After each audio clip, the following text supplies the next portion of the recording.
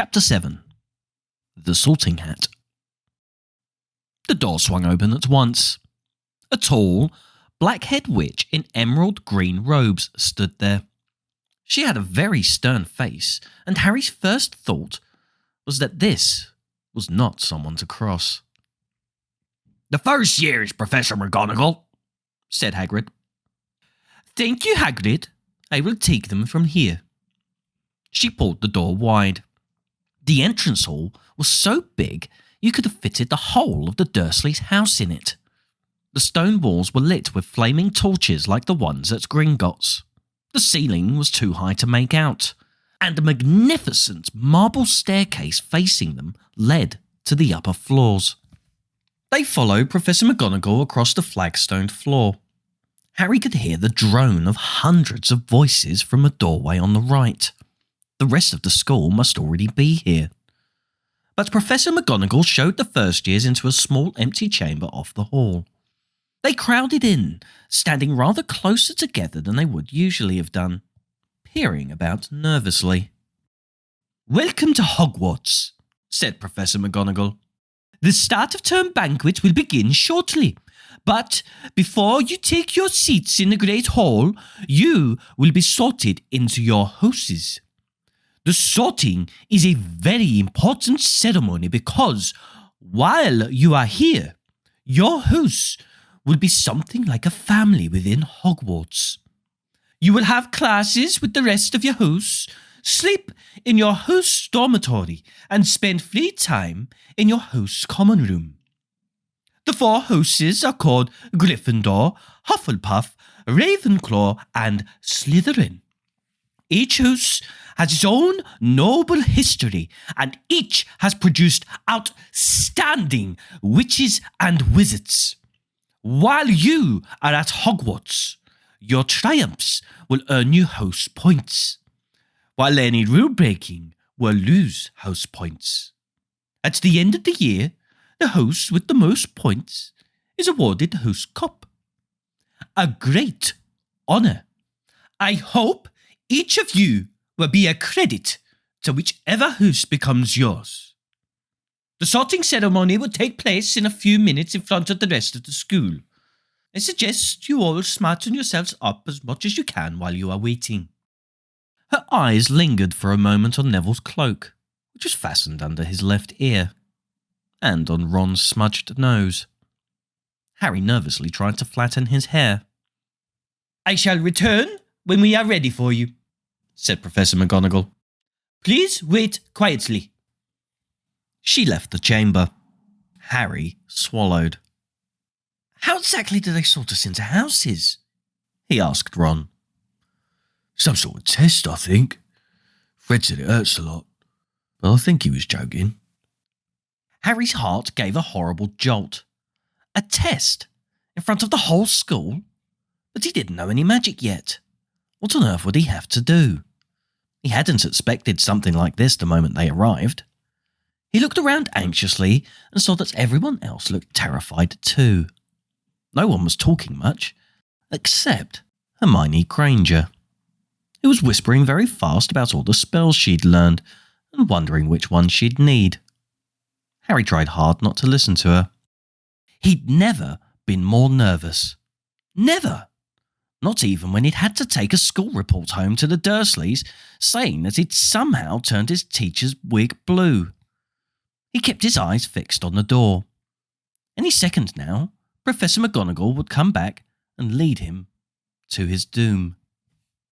Then something happened which made him jump about a foot in the air. Several people behind him screamed.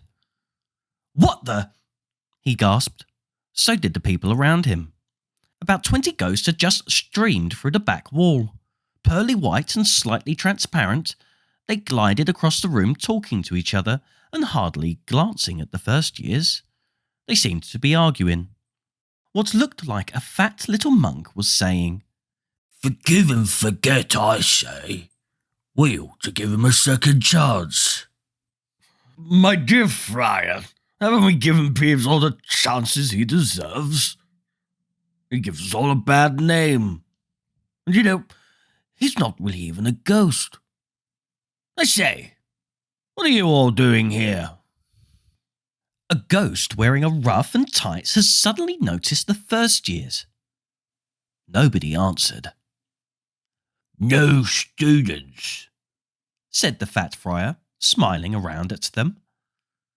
about to be salted, I suppose. A few people nodded mutely. Hope to see you in Hufflepuff, Said the friar. my old house, you know. Move along now, said a sharp voice. The sorting ceremony is about to start. Professor McGonagall had returned. One by one, the ghosts floated away through the opposite wall. Now, form a line, Professor McGonagall told the first years, and follow me.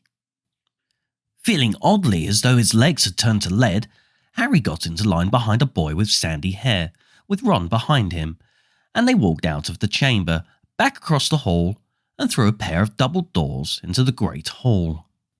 Harry had never even imagined such a strange and splendid place. It was lit by thousands and thousands of candles which were floating in mid-air above 4 long tables, where the rest of the students were sitting. These tables were laid with glittering golden plates and goblets. At the top of the hall was another long table where the teachers were sitting. Professor McGonagall led the first years up here so that they came to a halt in a line facing the other students, with the teachers behind them. The hundreds of faces staring at them looked like pale lanterns in the flickering candlelight. Dotted here and there among the students, the ghosts shone misty silver. Mainly to avoid all the staring eyes, Harry looked upwards and saw a velvety black ceiling dotted with stars. He heard Hermione whisper, "It's bewitched to look like the sky outside. I read all about it in Hogwarts history." It was hard to believe there was a ceiling there at all, and that the Great Hall didn't simply open onto the heavens. Harry quickly looked down again as Professor McGonagall silently placed a 4-legged stool in front of the first years. On top of the stool she put a pointed wizard's hat. This hat was patched and frayed and extremely dirty. Aunt Petunia wouldn't have let it in the house. Maybe they had to try and get a rabbit out of it, Harry thought wildly. That seemed the sort of thing. Noticing that everyone in the hall was now staring at the hat, he stared at it too. For a few seconds, there was complete silence. Then the hat twitched. A rip near the brim opened wide, like a mouth, and the hat began to sing. Oh, you may not think I'm pretty, but don't judge on what you see. I'll eat myself if you can find a smarter hat than me. You can keep your bowlers black, your top hats sleek and tall. For I'm the Hogwarts sorting hat, and I can cap them all. There's nothing hidden in your head the sorting hat can't see. So try me on, and I will tell you where you ought to be. You might belong in Gryffindor, where dwell the brave at heart. Their daring nerve and chivalry set Gryffindors apart. You might belong in Hufflepuff, where they are just and loyal. Those patient Hufflepuffs are true and unafraid of toil. Nor yet in wise old Ravenclaw, if you've a ready mind, where those of wit and learning will always find their kind. Nor perhaps in Slytherin you'll make your real friends. Those cunning folk use any means to achieve their ends. So put me on, don't be afraid, and don't get in a flap. You're in safe hands, though I have none, for I'm a thinking cap. The whole hall burst into applause as the hat finished its song. It bowed to each of the 4 tables and then became quite still again. So we've just got to try on the hat, Ron whispered to Harry. I'll kill Fred. He was going on about wrestling a troll. Harry smiled weakly. Yes, trying on the hat was a lot better than having to do a spell, but he did wish they could have tried it on without everyone watching. The hat seemed to be asking rather a lot. Harry didn't feel brave or quick-witted, or any of it at the moment. If only the hat had mentioned a house for people who felt a bit queasy. That would have been the one for him. Professor McGonagall now stepped forward holding a long roll of parchment. When I call your name, you will put on the hat and sit on the stool to be sorted, she said.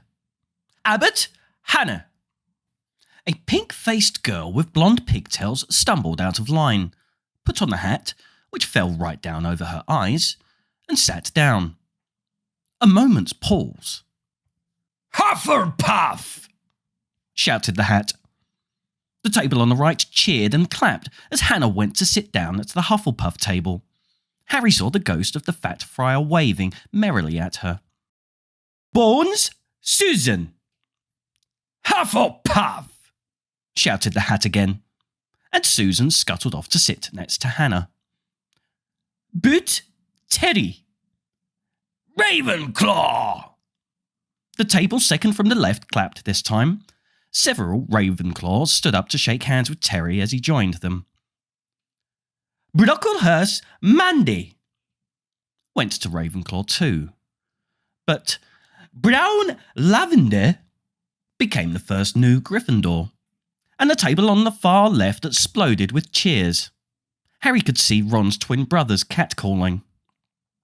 Bulstrode Millicent then became a Slytherin. Perhaps it was Harry's imagination, after all he'd heard about Slytherin, but he thought they looked an unpleasant lot. He was starting to feel definitely sick now. He remembered being picked for teams during sports lessons at his old school.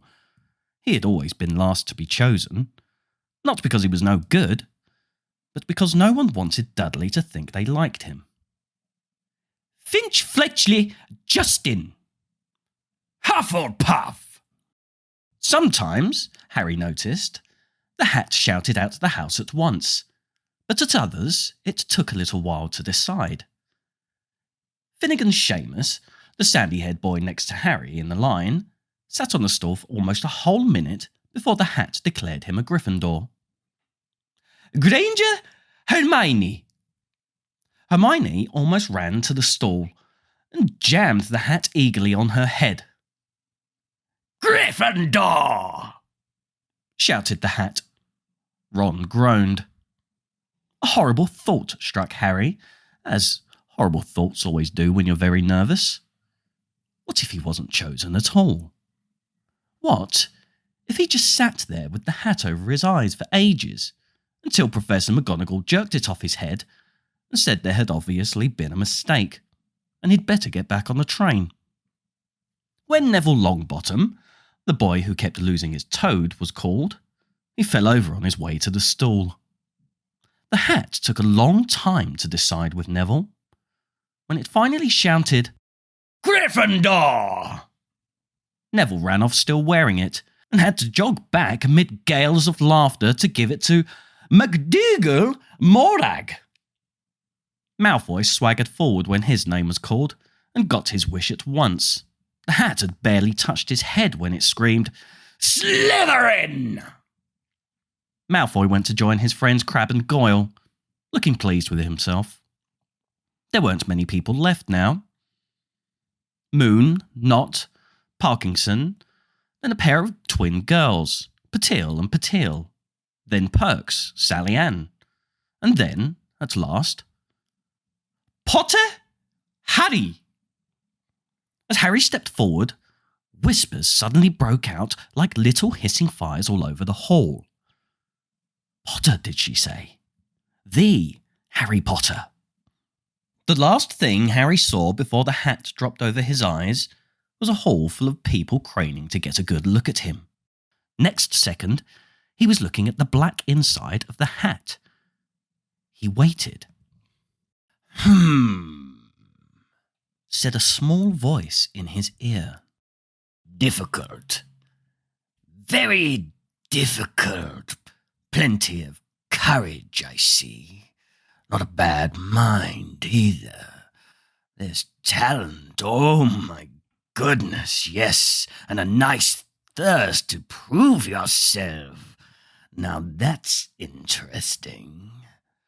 So where shall I put you? Harry gripped the edges of the stool and thought, Not Slytherin, not Slytherin. Not Slytherin, eh? Said the small voice. Are you sure? You could be great, you know. It's all here in your head, and Slytherin will help you on the way to greatness, no doubt about that. No? Well, if you're sure, better be Gryffindor! Harry heard the hat shout the last word to the whole hall. He took off the hat and walked shakily towards the Gryffindor table. He was so relieved to have been chosen and not put in Slytherin, he hardly noticed that he was getting the loudest cheer yet. Percy the prefect got up and shook his hand vigorously, while the Weasley twins yelled, We got Potter! We got Potter! Harry sat down opposite the ghost in the rough he'd seen earlier. The ghost patted his arm, giving Harry the sudden, horrible feeling he'd just plunged it into a bucket of ice-cold water. He could see the high table properly now. At the end nearest him sat Hagrid, who caught his eye and gave him a thumbs up. Harry grinned back. And there, in the centre of the high table in a large gold chair, sat Albus Dumbledore. Harry recognised him at once from the card he'd got out of the chocolate frog on the train. Dumbledore's silver hair was the only thing in the whole hall that shone as brightly as the ghost's. Harry spotted Professor Quirrell too, the nervous young man from the Leaky Cauldron. He was looking very peculiar in a large purple turban. And now there were only 3 people left to be sorted. Turpin Lisa became a Ravenclaw, and then it was Ron's turn. He was pale green by now. Harry crossed his fingers under the table, and a second later the hat had shouted, Gryffindor! Harry clapped loudly with the rest as Ron collapsed into the chair next to him. Well done, Ron. Excellent, said Percy Weasley pompously across Harry, as Zabini Blaze was made a Slytherin. Professor McGonagall rolled up her scroll and took the sorting hat away. Harry looked down at his empty gold plate. He'd only just realised how hungry he was. The pumpkin pasties seemed ages ago. Albus Dumbledore had got to his feet. He was beaming at the students, his arms opened wide, as if nothing could have pleased him more than to see them all there. Welcome, he said. Welcome to a new year at Hogwarts. Before we begin our banquet, I would like to say a few words. And here they are. Nitwit, Blubber, Oddmond, Tweak. Thank you. He sat back down. Everybody clapped and cheered. Harry didn't know whether to laugh or not. Is he a bit mad? He asked Percy uncertainly. Mad? Said Percy airily. He's a genius. Best wizard in the world. But he is a bit mad, yes. Potatoes, Harry. Harry's mouth fell open. The dishes in front of him were now piled with food. He'd never seen so many things he'd like to eat on one table. Roast beef, roast chicken, pork chops and lamb chops, sausages, bacon and steak, boiled potatoes, roast potatoes, chips, Yorkshire pudding, peas, carrots, gravy, ketchup and, for some strange reason, mint humbugs. The Dursleys had never exactly starved Harry, but he'd never been allowed to eat as much as he'd liked. Dudley had always taken anything that Harry really wanted, even if it made him sick. Harry piled his plate with a bit of everything, except for the humbugs, and began to eat. It was all delicious. That does look good, said the ghost in the rough sadly, watching Harry cut up his steak. Can't you? I haven't eaten for nearly 400 years, said the ghost. I don't need to, of course, but one does miss it. I do think I've introduced myself. Sir Nicholas de Mimsy Poppington, at your service, resident ghost of Gryffindor Tower. I know who you are, said Ron suddenly. My brother's told me about you. You're nearly Headless Nick. I would prefer you call me Sir Nicholas de Mimsy, the ghost began stiffly, but sandy-haired Seamus Finnegan interrupted. Nearly headless? How can you be nearly headless? Sir Nicholas looked extremely miffed, as if their little chat wasn't going at all the way he wanted. Like this, he said irritably. He seized his left ear and pulled. His whole head swung off his neck and fell onto his shoulder as if it was on a hinge. Someone had obviously tried to behead him, but not done it properly. Looking pleased at the stunned looks on their faces, nearly headless Nick flipped his head back onto his neck, coughed and said, So, new Gryffindors, I hope you're going to help us win the house championship this year. Gryffindor have never gone so long without winning. Slytherin have got the cup 6 years in a row. The bloody Baron's becoming almost unbearable. Oh, he's the Slytherin ghost. Harry looked over at the Slytherin table and saw a horrible ghost sitting there with blank, staring eyes, a gaunt face, and robes stained with silver blood. He was right next to Malfoy, who, Harry was pleased to see, didn't look too pleased with the seating arrangements. How did he get covered in blood? Asked Seamus with great interest. I've never asked, said nearly headless Nick delicately. When everyone had eaten as much as they could, the remains of the food faded from the plates, leaving them sparkling clean as before. A moment later, the puddings appeared.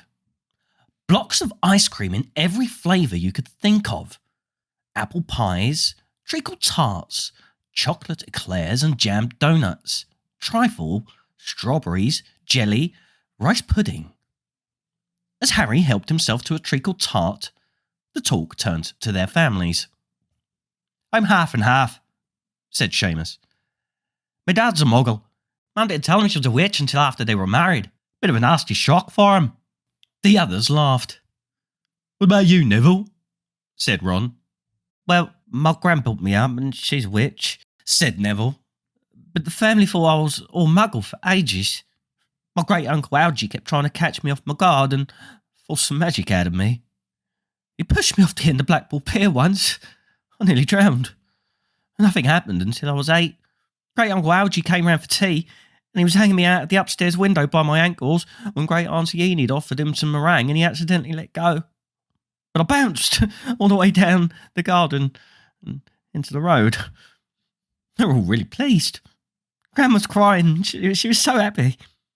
You should have seen their faces when I got in here.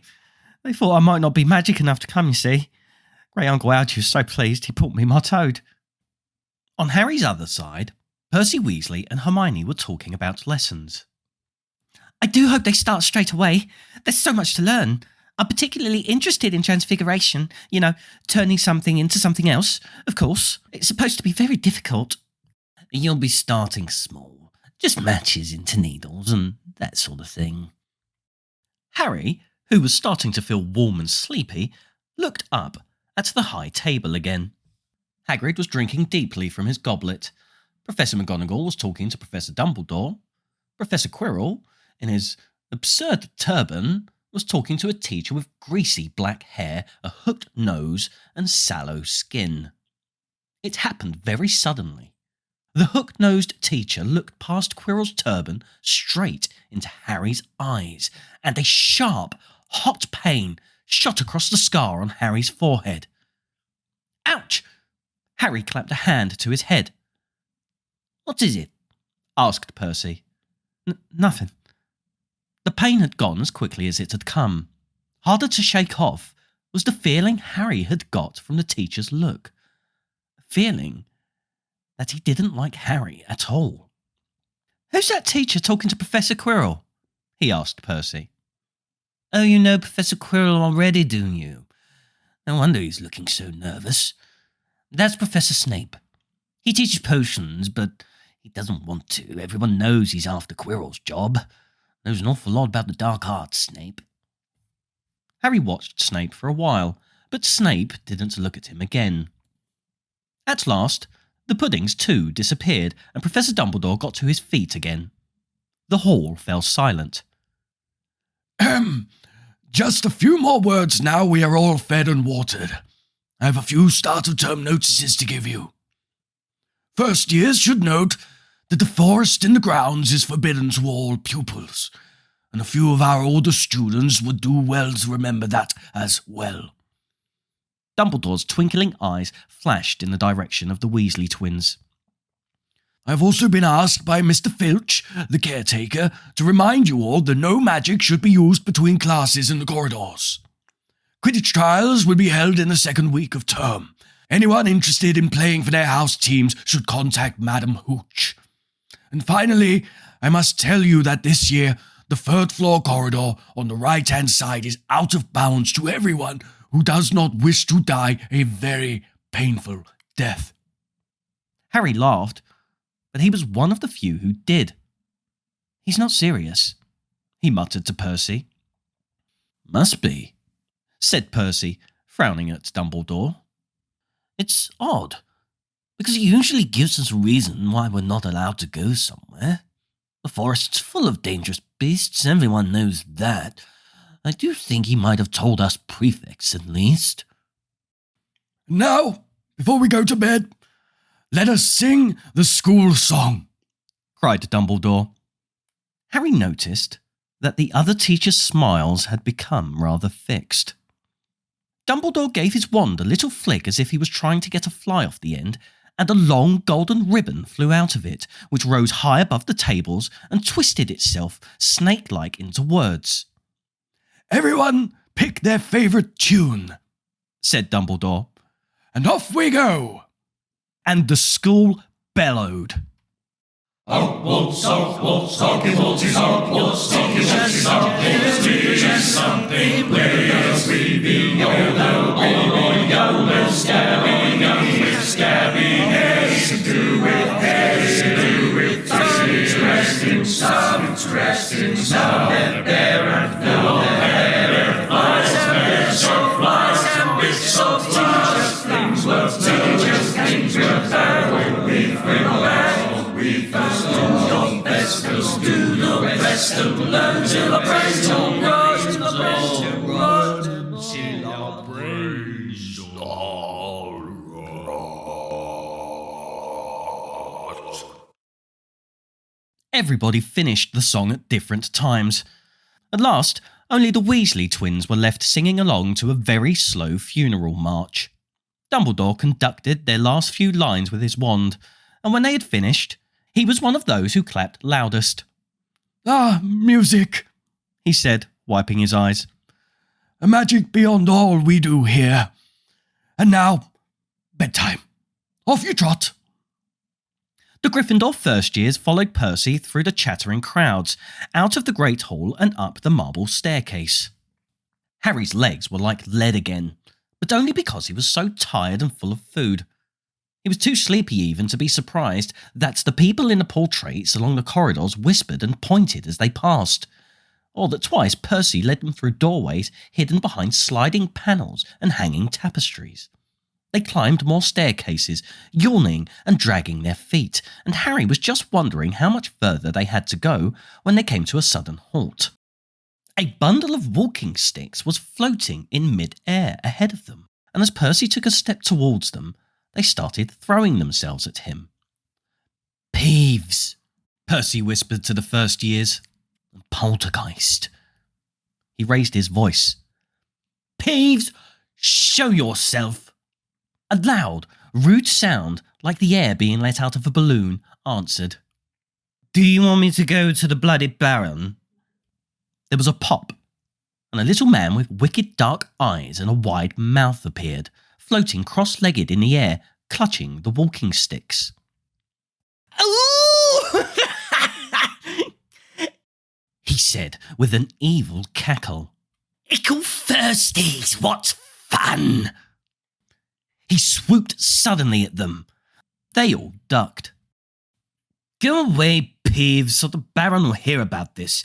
I mean it, barked Percy. Peeves stuck out his tongue and vanished, dropping the walking sticks on Neville's head. They heard him zooming away, rattling coats of armour as he passed.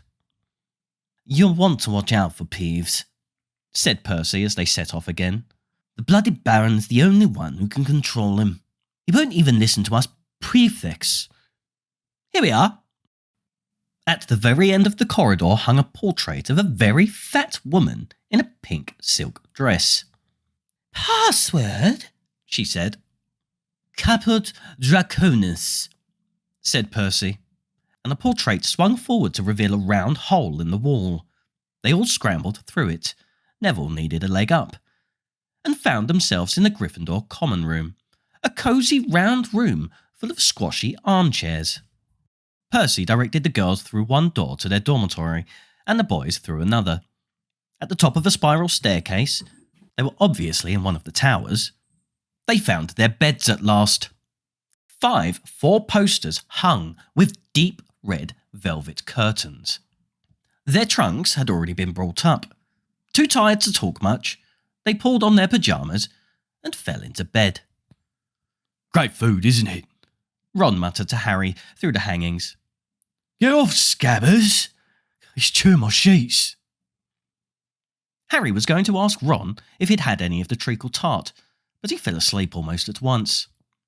Perhaps Harry had eaten a bit too much, because he had a very strange dream. He was wearing Professor Quirrell's turban, which kept talking to him, telling him he must transfer to Slytherin at once because it was his destiny. Harry told the turban he didn't want to be in Slytherin. It got heavier and heavier. He tried to pull it off, but it tightened painfully. And there was Malfoy, laughing at him as he struggled with it. Then Malfoy turned into the hooked-nosed teacher, Snape, whose laugh became high and cold. There was a burst of green light, and Harry woke, sweating and shaking. He rolled over and fell asleep again. And when he woke the next day, he didn't remember the dream at all.